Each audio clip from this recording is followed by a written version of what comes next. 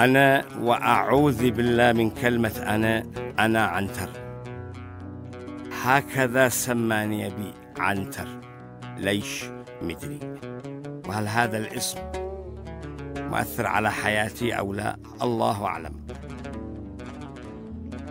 بعد ما مات أبي ما بقى معي في هذا الدنيا إلا أمي خيزران الله يحفظها.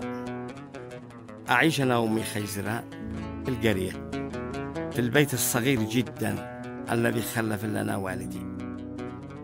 هذا طبعا قبل ما أتزوج بالأوله زوجتي خيرية أم البنات، هكذا بتسميها أمي.